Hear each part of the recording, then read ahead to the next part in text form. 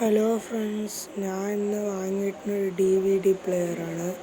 ഇത് DVD ഗെയിമും കളിക്കാൻ പറ്റും. പിന്നെ നമുക്ക് DVD CD ഇട്ട് വയ്ക്കാൻ പറ്റും.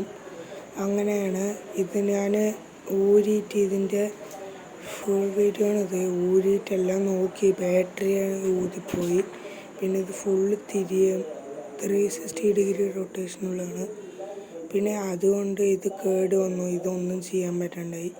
പിന്നെ ഇതിൻ്റെ സ്വിച്ച് ഊരിയെടുക്കുമ്പോൾ എൻ്റെ നിന്നൊരു ചെറുതായിട്ടൊന്ന് കേട് വന്നു. അങ്ങനെയൊക്കെ പറ്റിയോണ്ട് ഞാൻ വേറൊരെണ്ണം ആ കടയിൽ തന്നെ വേറൊരെണ്ണം ഉണ്ടായിരുന്നു. ഇതെടുത്ത് 50 രൂപയ്ക്കാണ്, അതിനെയും വാങ്ങി 50 രൂപയ്ക്ക്.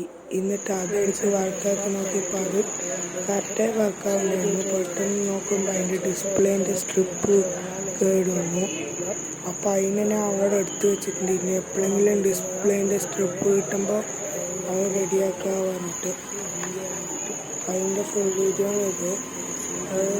സ്ട്രിപ്പ് കിട്ടി പറഞ്ഞാൽ പഴയ അതിൻ്റെ സ്ട്രിപ്പ് വെച്ച് നോക്കുമ്പോൾ കറക്റ്റാവില്ല, അത്രേ ഉള്ളൂ.